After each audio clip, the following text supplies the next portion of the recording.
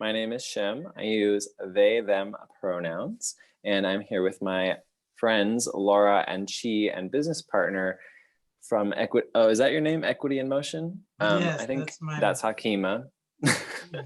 And we're going to talk today a little bit about the experiences Laura and Chi have had in our book clubs, now that they've completed our 6-month book club, as well as answer any questions they have about our relationship and approach to anti-racism and embodied liberation. That's a mouthful. Hakima, over to you before we introduce or have our guests introduce themselves. Hi, I'm Hakima Tafunzi Payne, also known as Mama Hakima, and I'm the other half of Equity in Motion, along with Shym. We do anti-racism training and a series of book clubs, which Chi and Laura were a part. So very excited to talk to them about how they found that experience and in what ways it was helpful.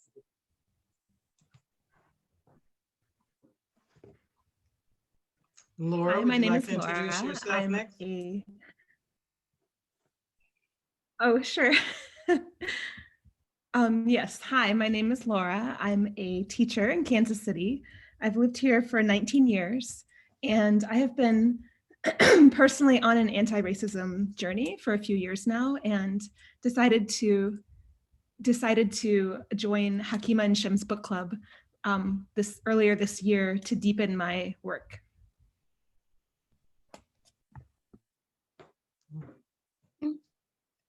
Hi, my name is Chi Nguyen, and I recently moved to the Kansas City area last summer from North Carolina.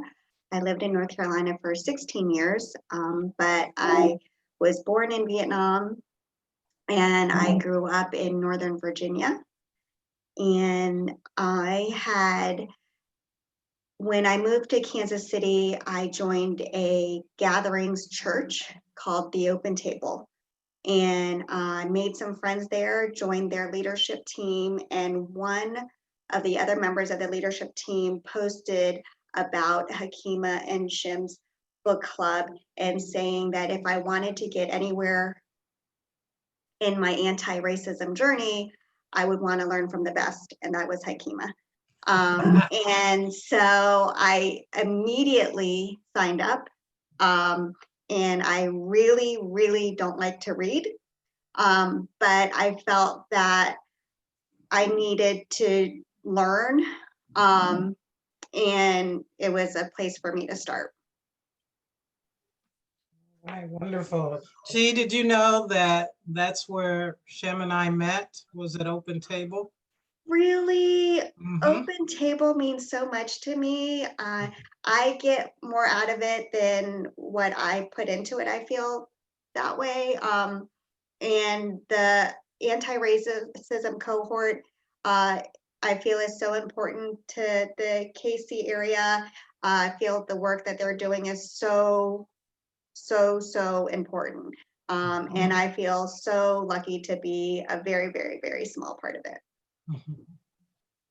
And I'm glad that they introduced me to you.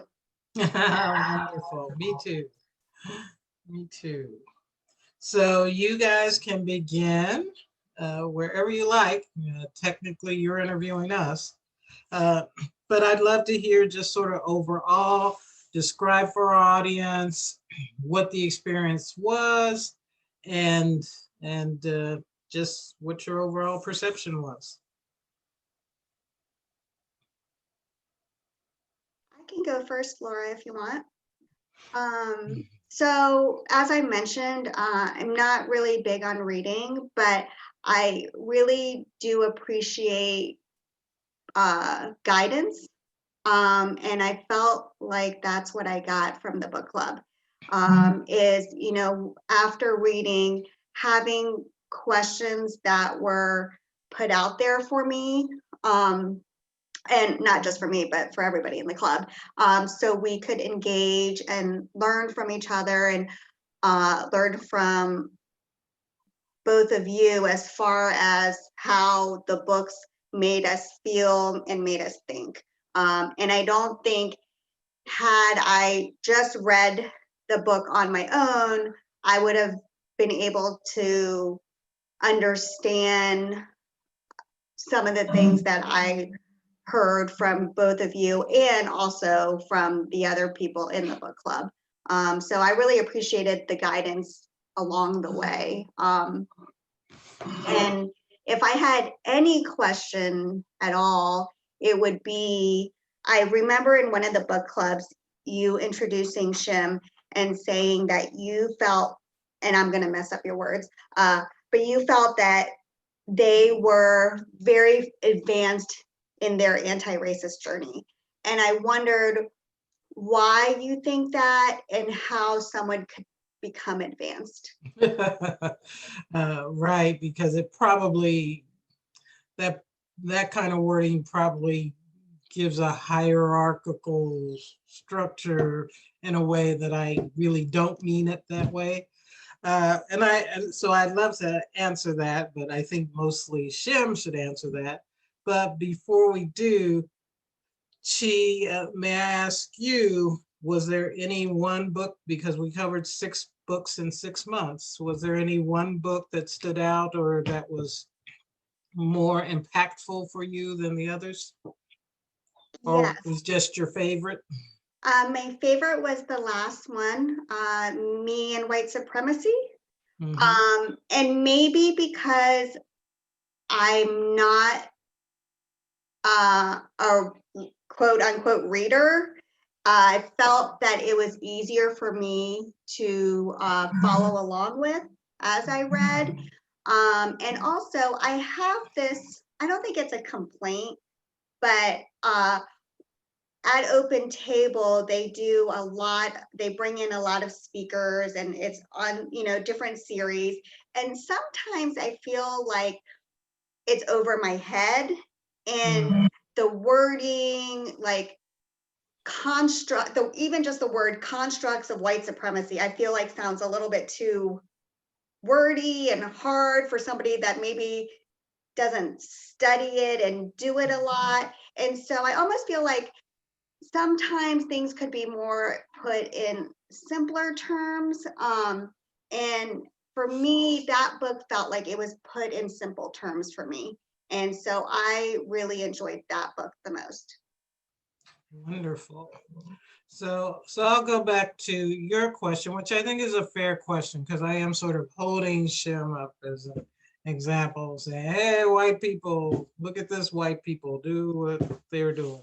Oh, Shym says I shouldn't do that. But in some ways, I feel like I am kind of doing that sometimes, but I don't mean to make it hierarchical, and I will let Shym speak for themselves, but Shym just keeps doing the work.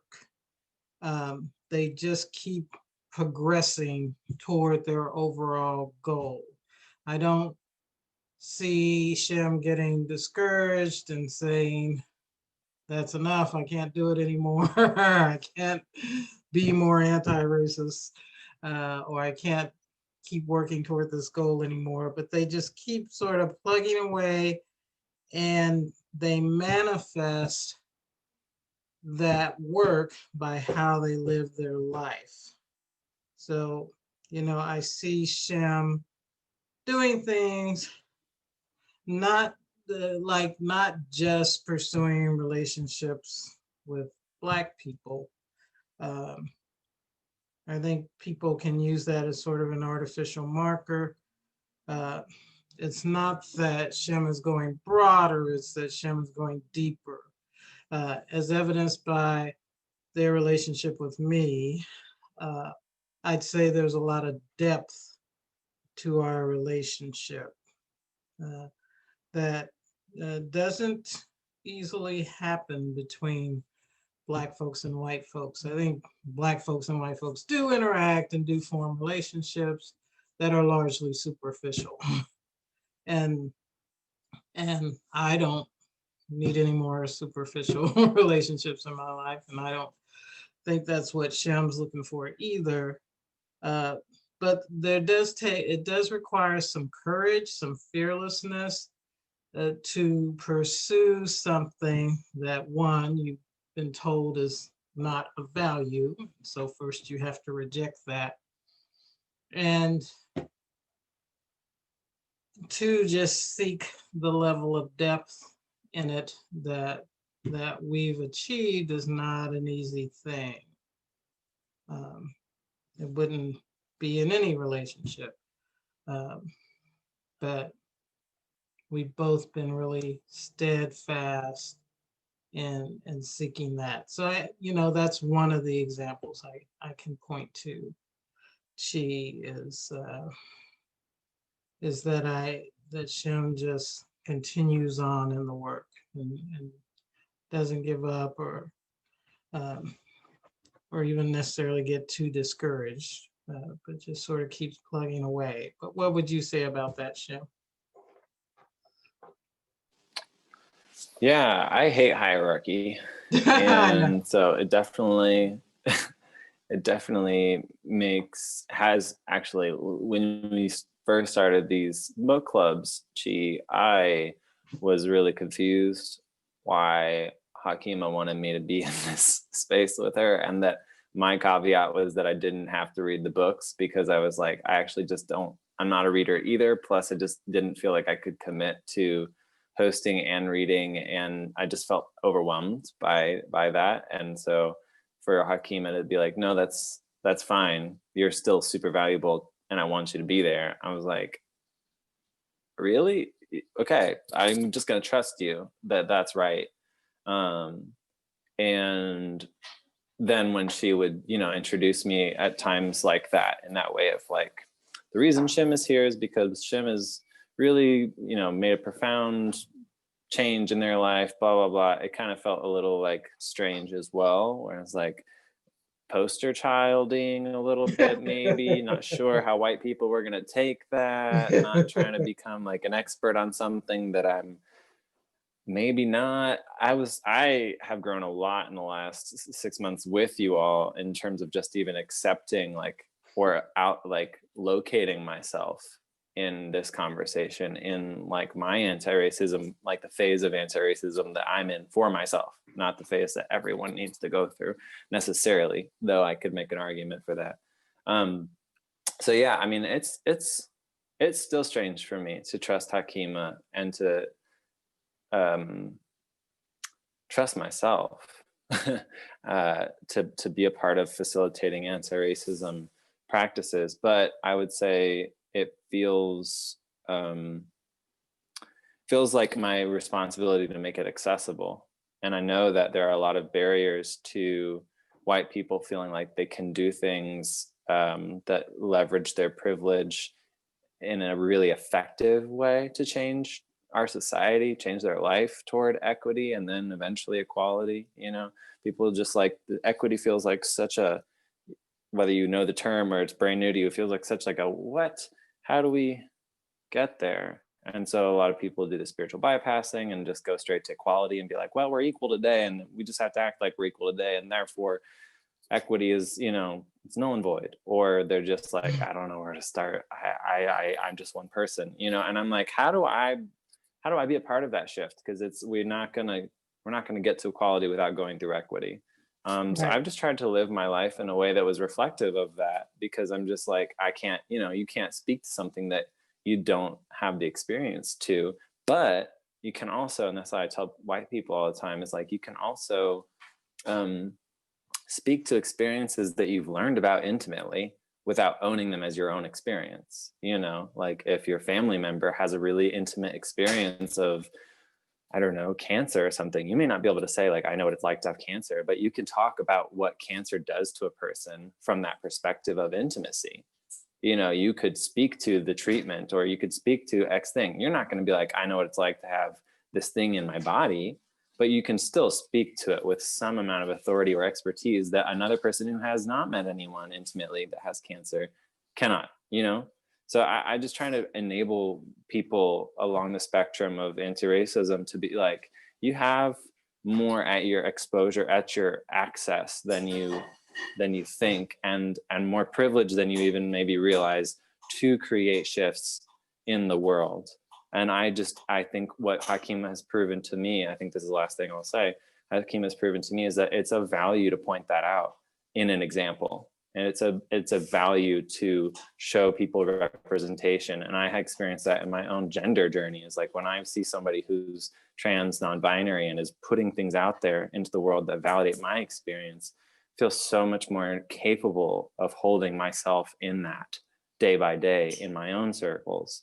And so I'm trying to do that with all of my identities. And, you know, whiteness is just like the capital hierarchy bullshit that I'm just trying to squash, along with the male socialization that I've experienced, etc. But I won't go too deep into that. But that's kind of my experience of being like, whatever advanced means is just like more integrated. I'm just trying to be more integrated and help people realize the layers of that you really can take step by step in your own time. You don't have to wait for somebody or some epiphany or some, you know, it's like, it's accessible. That is it exactly. Because white people can get so stuck at the beginning of this journey that I could just drag Shym out and say, Shym's doing it. They're doing it right now.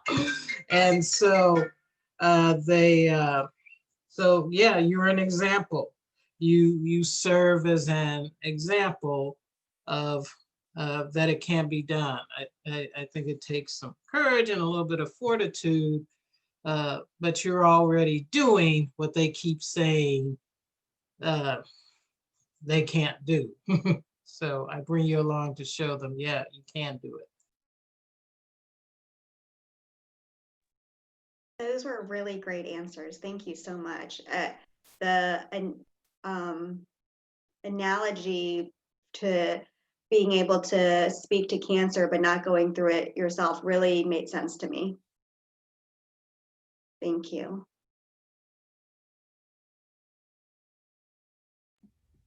I can just jump right in. Yeah, Laura.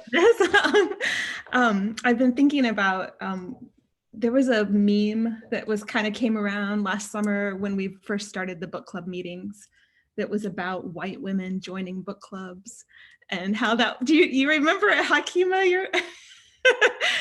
I don't remember exactly what it said, but boy, did that hit a nerve for me. I have never been in a book club in my entire life. I'm in my 40s, and this is the first book club and how honored I was to choose this book club.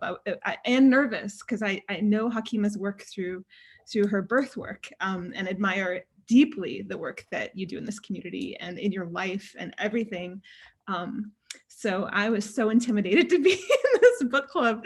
And then I found out, oh gosh, now as a biracial but white identifying woman, I might be doing the wrong thing. but to piggyback on everything y'all were saying, it's not just a black and white thing. Like, there's a lot of gray in between. That is where the effectiveness is, right? Where the work is and where the action really is. And it's not sort of you're in or you're out or you're on or you're off or you're, and Shym, you said it so well, the sort of stuck or bypassing it. You don't just leap over one thing to, get from point A to point C or whatever. There is, what I learned in this book club was very much how to start to be effective in my own spheres, in my own community, like in my family, where I teach, with my children. That's a huge goal of mine to really strategically think about their upbringing in new ways that I hadn't thought about in a deep, this is how I influence the people I'm around kind of way. I know what I want them to read, but how do I want them to think about anti-racism work? That is great for me to take on this year. I'm really excited to do that and to share that with everyone who also knows my family and I, et cetera, and share that with my students and sort of all the way down the line. So this book club was really empowering for me to be part of, just to sort of read the books, understand the history, really dig in personally with that work, think about my own history, different parts of my own life and my own upbringing, my own identities, and all those intersections of who I am as a person, but also bringing that to now and what I can do now and how that can start to inform as my values reshape, how do my actions then change? So this book club really gave me that language and really cemented some of that language for me, but also gave me the more confidence in that work as well. Exactly what you're saying, Hakima, that if you're entering the work, you're entering the work, like that's valid, that's valuable. And I really appreciated having that said to me, hearing you say that and seeing that in our book club members as well. I also appreciated that both Shym and Hakima, you brought your own vulnerability to our discussions. There were personal stories shared, there were feelings shared, there were, it wasn't like a lecture style experience, like it wasn't dry. It definitely made me feel more open to bringing my own vulnerability to the book club as well, my own conversations. Something I wasn't prepared for, because it was kind of a surprise that Shym was on board. I was like, I'm gonna have the full Hakima experience. This is gonna be amazing. And Shym was there, and Shym, you brought in body work to our discussions, and I would love to hear more about that. It's so important because especially for someone like me who's sort of an academic and I live in my head, so like in my intellectual brain so much, I have my own journey with body work as well, so I can get where you're coming from in my own way. But I feel like that work is so important, especially when working through like really heavy things and triggers and trauma, or things that might be, alongside those really hard to deal with emotions that people keep. So I would love to hear, Shym, you talk about that more, and how working with the body through anti-racism work specifically, kind of how you shape that and how you think about that. Wow, that was awesome to hear all of that from you. Thank you for sharing. Yeah, I had so many points where I was like suddenly very curious to ask you questions, and just, yeah, I'm like, wait, I have 5 questions before I talk about this. You can. There was one. Well, there's one that I was like, maybe I can get it out there and then I'll answer this question and then we can come back to it. But yeah, but right now, maybe not so important.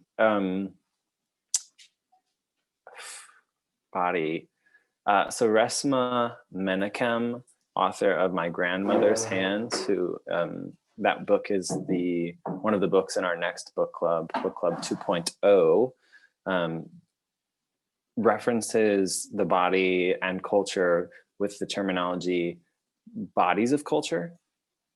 And so we'll speak to like how whiteness as a construct lives in the body as a white body culture, or the same with blackness, a black body culture. And I love that framing because it interlinks us all with our identities without extracting them from the body. Because oftentimes, I mean, that's the real divide that we experience, is, especially in my experience as a white person, it's like between the mind and the body. We're taught to be so mind-centric that intellectualism is superior, and that what you're, capable of thinking is more important than what you're capable of feeling, and the body is what feels and sends that message to the body, to the brain, and the brain is what interprets it. So if you can disrupt the brain and the body, people's feelings don't matter as much, right? And that's where we can start to justify dehumanization of one another. So to interlink those concepts by saying like the white culture body, it fuses the whiteness that lives up here, that's represented by my skin, by the body, to my actual body, and says, what is the effect of that culture that's been put into my brain in my body? Where does that come from? What are the actions that you were talking about, Laura, like that are linked to the the cognitive behavior? Like when I think of a black person as dangerous, how does that store itself as information in my body? Is that information coming from my head and then going to my body? Like, am I reinforcing that? Or am I creating that? Or is it that I'm actually reinforcing something that lives in my body already? Like, have I been taught by my parents that and society that, Black people are dangerous, and therefore my body actually has a trauma response, a fake trauma response. But this trauma response of fight, flight, or freeze when I see a Black person arriving close to me, right?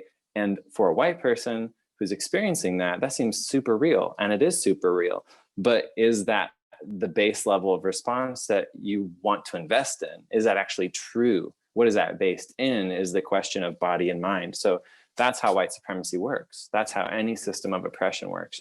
It separates the mind and body. And I often speak to how non-white people are more connected to their bodies than white people. And it's easier to say Black and Indigenous people because that's such a clear example, but also like lots of Asian people are far more connected to their bodies than us white people. And you could even separate it by countries and cultures, other forms of culture, not just race, because that's also a strange thing to rabbit hole down.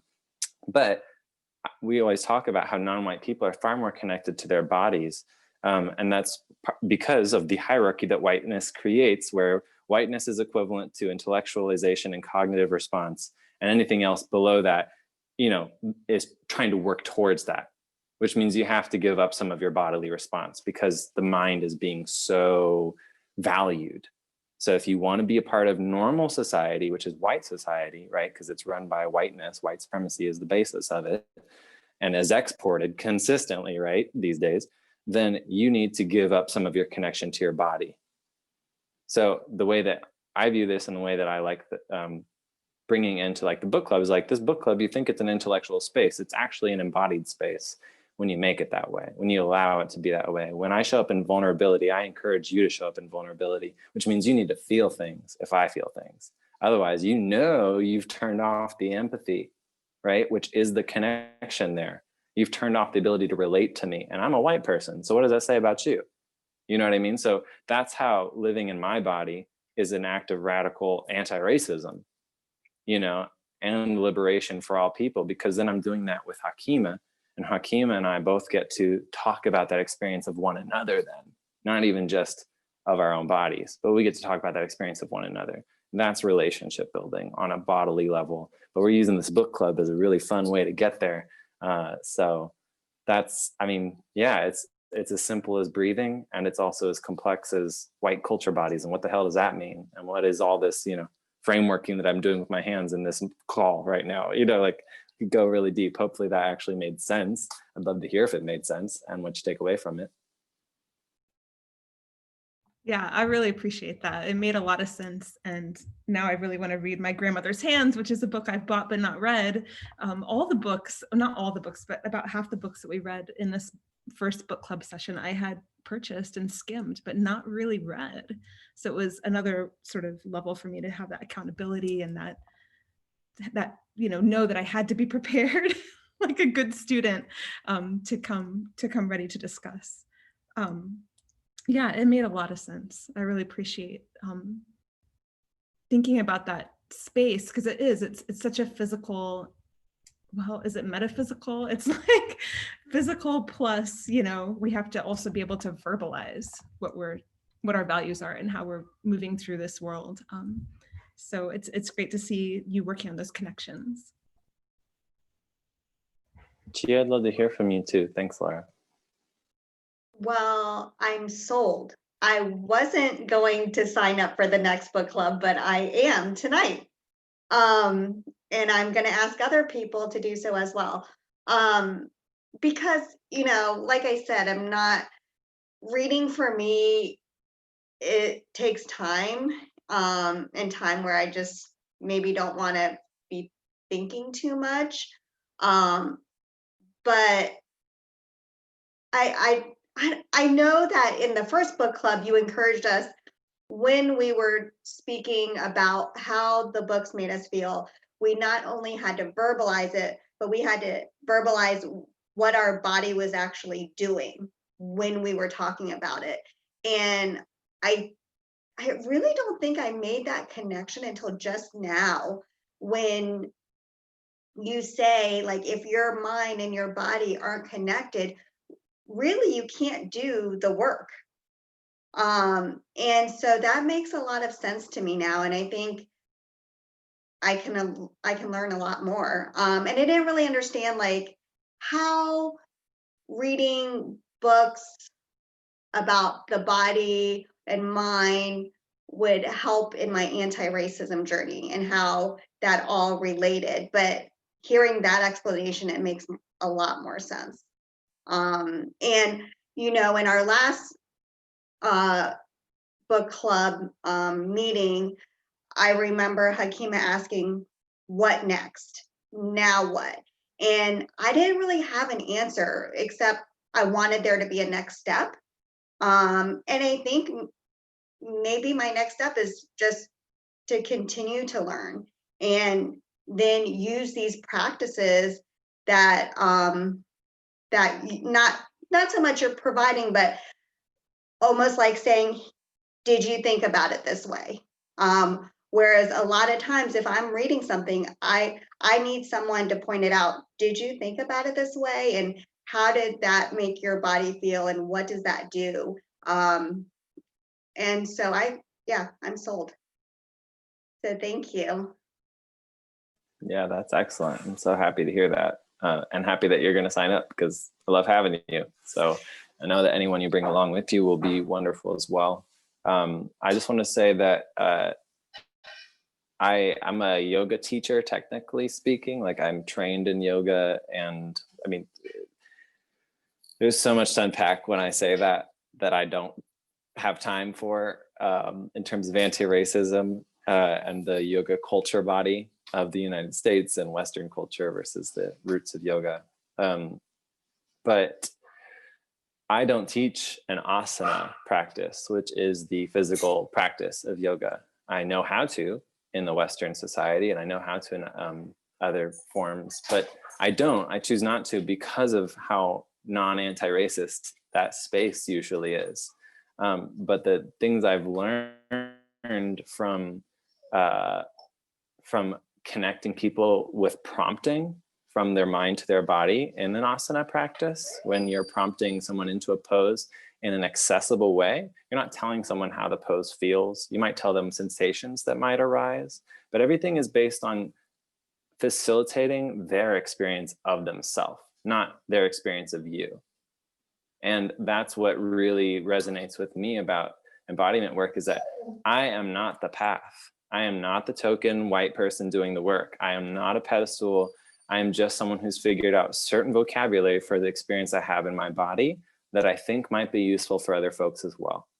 And I'm trying to figure out, like you are, like the vocabulary to use. Like Laura was saying, you have new vocabulary to use. This is what can start to unlock conversations and levels of embodiment in your friends, your family, your community, because you know better than me your community, your family. You're more connected than I am. I am not an expert in your family or your friends. You are. So you need to have those tools. I don't need to give you a tool that is across the board how it's supposed to be. I'm not a religion. This is not a religion. This is not, or if it is religion, you have your own personal relationship with Jesus Christ, that kind of thing. So have your personal relationship. That's how I feel about it. And I really appreciate you reflecting on like how you didn't get it and now how all of a sudden it's clicked, because that's how it is. It just is. It's like someday you don't get it and then the next day you do. It's like one breath to the next, but you do have to stay with it. The practice is true. And there's doubt and fear along the way. I have that in my personal yoga practice. I always feel kind of like guilty. How can I claim to be on a yogic path when I don't practice how most people think I should or whatever? And the same with anti-racism. So just grateful for your reflection and just adding a little bit more to like my experience of that.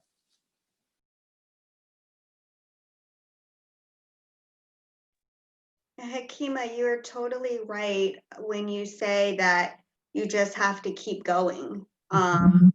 Even though, I may not enjoy it, it feels uncomfortable and you realize certain things about yourself.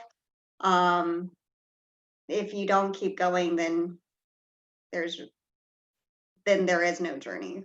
And so, the goal, I think, isn't to be exactly like Shym, and to be, not quote unquote advanced.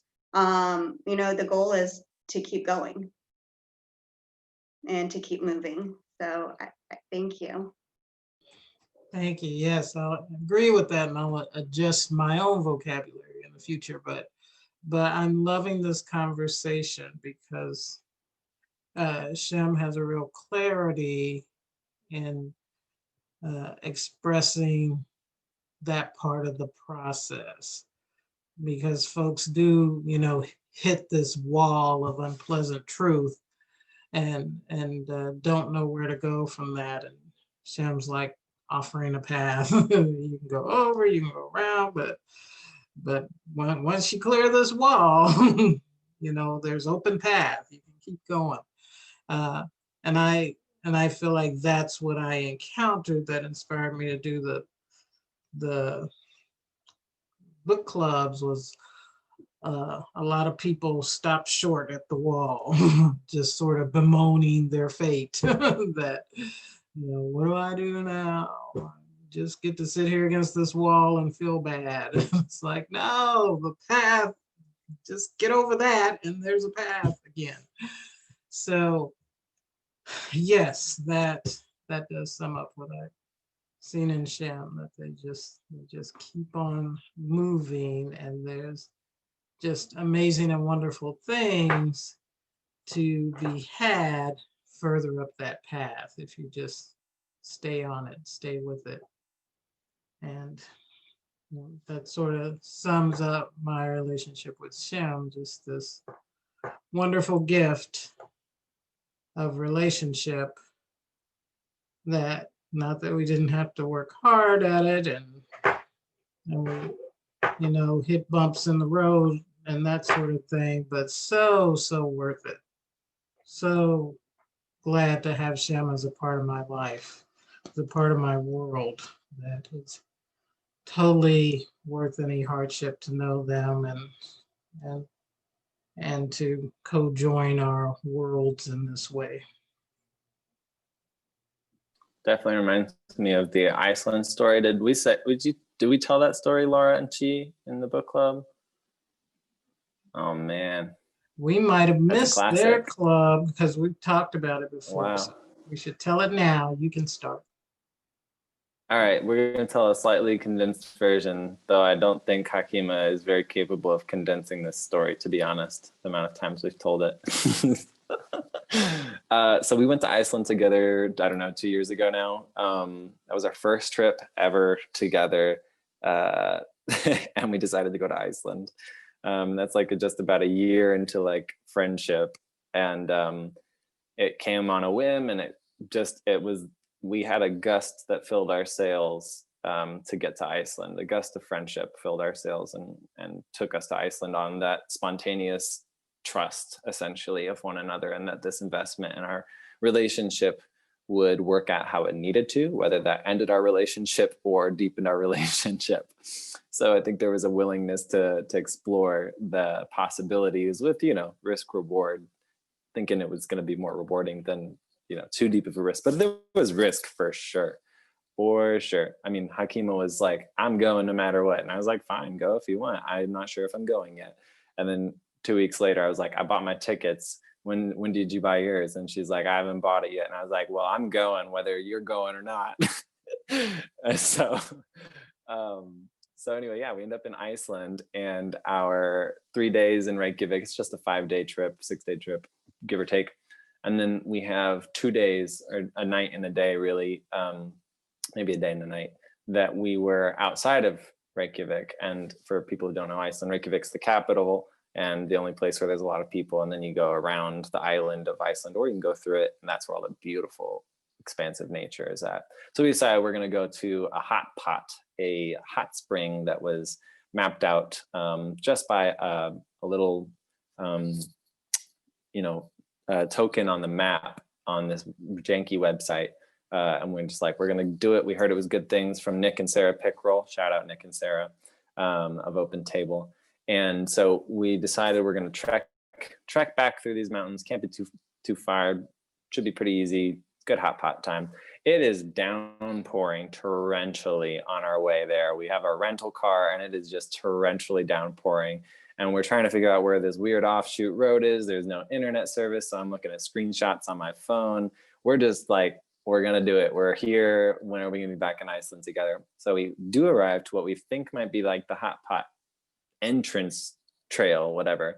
And then I'll let Hakima take over this part because she has the best experience. And I can be brief, so there.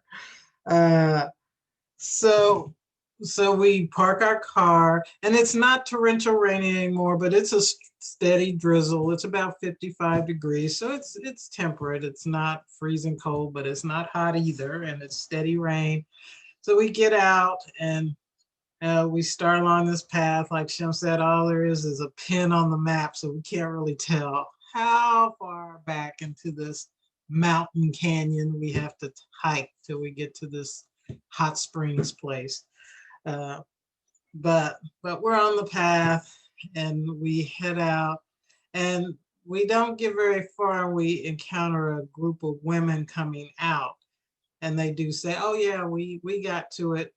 It's back up in there. Just stay on this path." But we did have to cross a river, and that sort of stopped me up short. It's like, oh, cross a river, okay. Well, we'll see how this goes. And I was fair game with this. This is totally up Shym's alley. Shym was so excited that this excited them more than anything else we had done on the trip.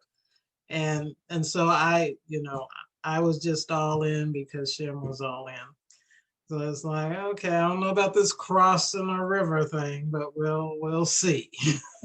And the whole time, because we were hiking into a mountain canyon, I had already given myself permission at the beginning that, if I encounter anything that's too strenuous, I'll just wait, let Shym go ahead, and I'll be here when they come back.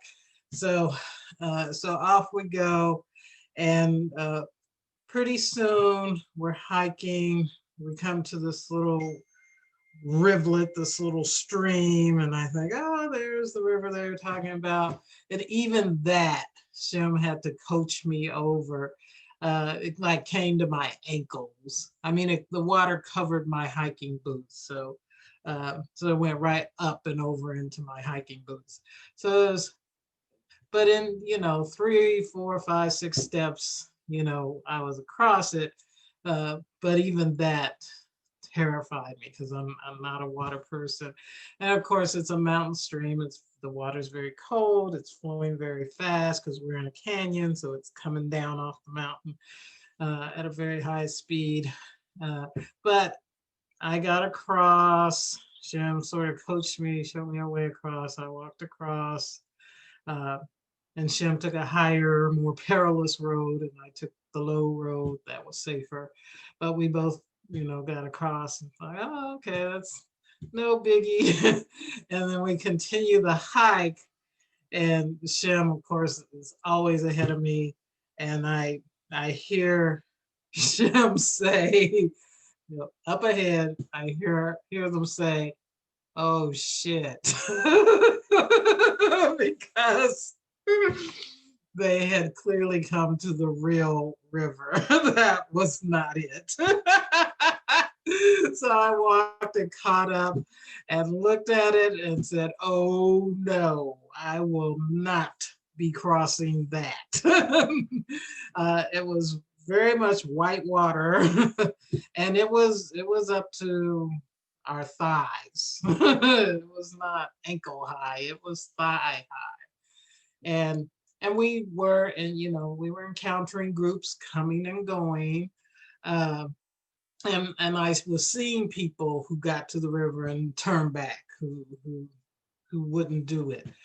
And but Shym was ever faithful, and Shym walked across the river, found a place that they thought I could walk across, and they walked across. They actually came back and said, hey, I think this is a good place for you to walk across. I think you can do this.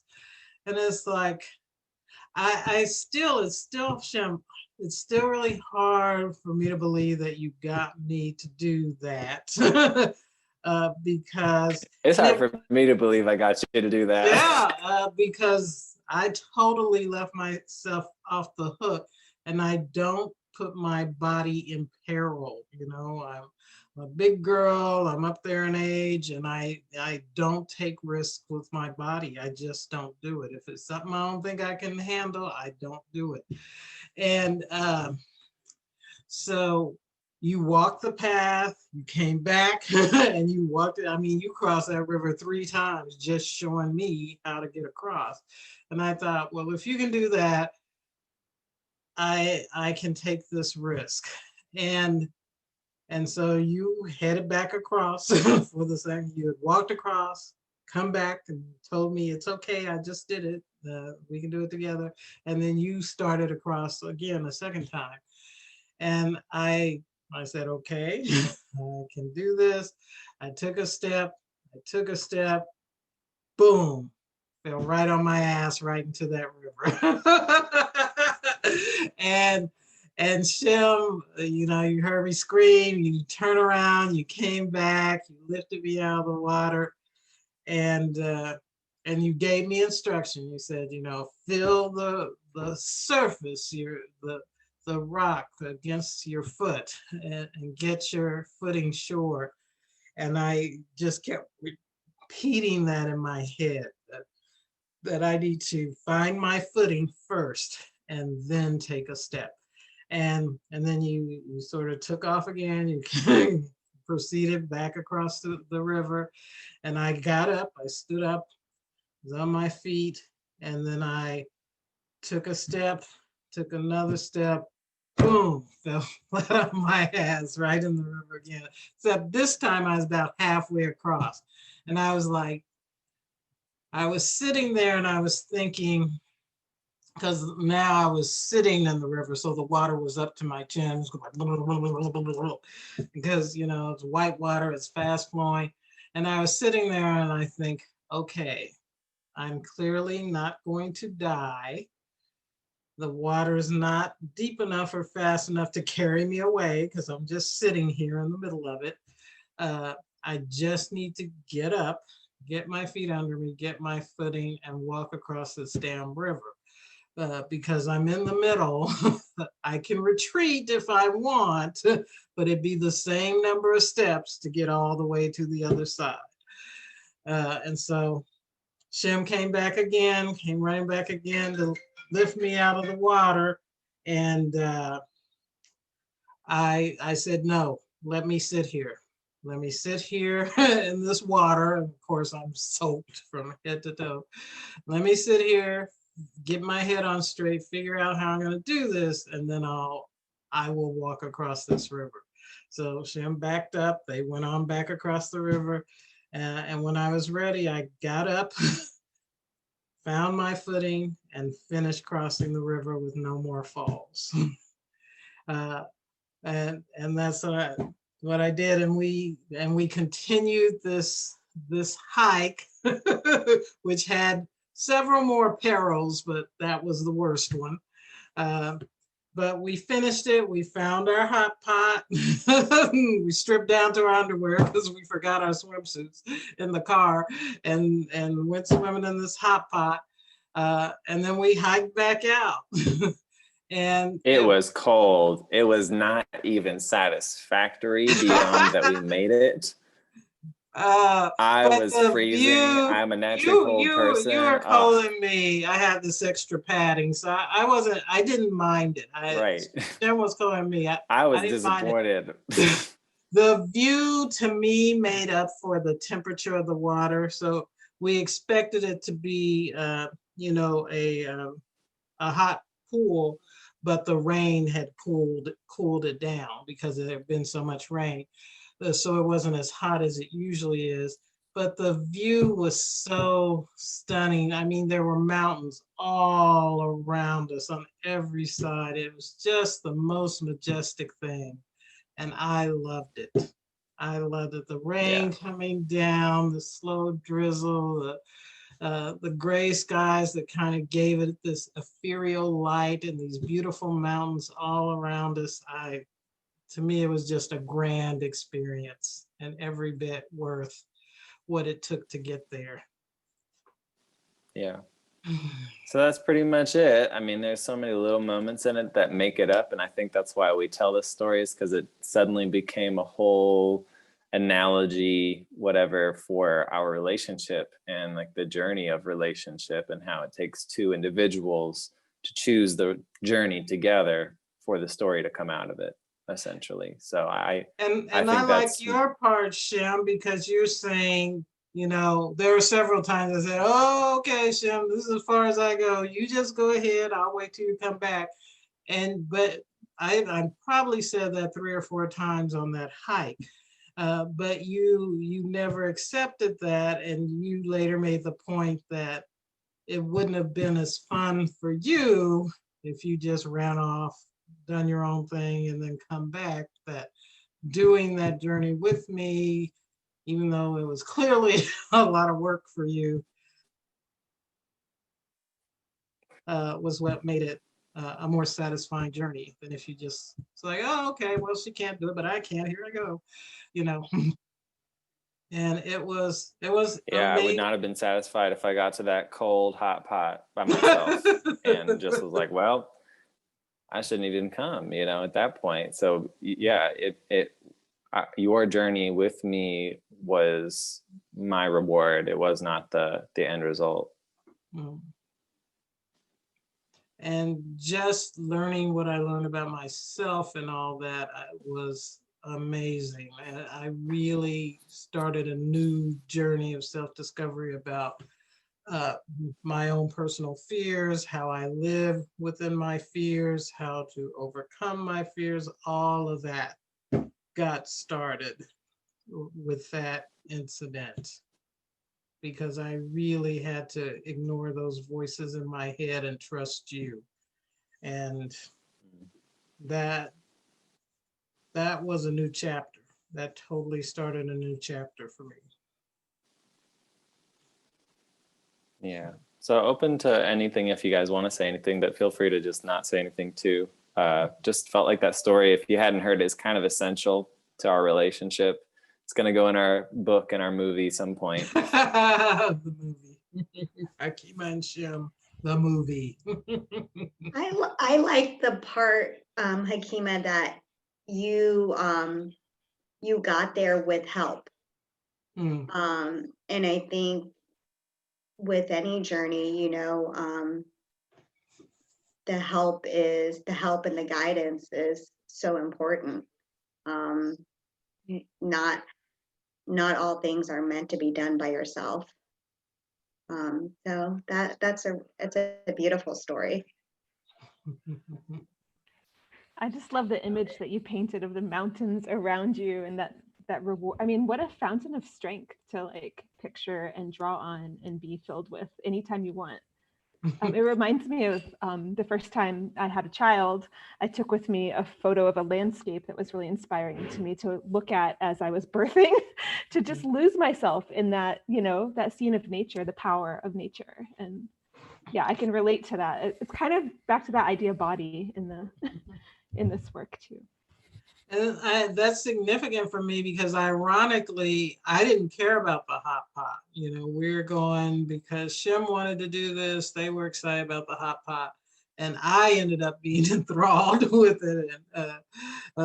And having that all important but crazy mind-shifting journey. So it turned out, I was really indifferent. Sure, you want to go see a hot pot? Let's go see a hot pot.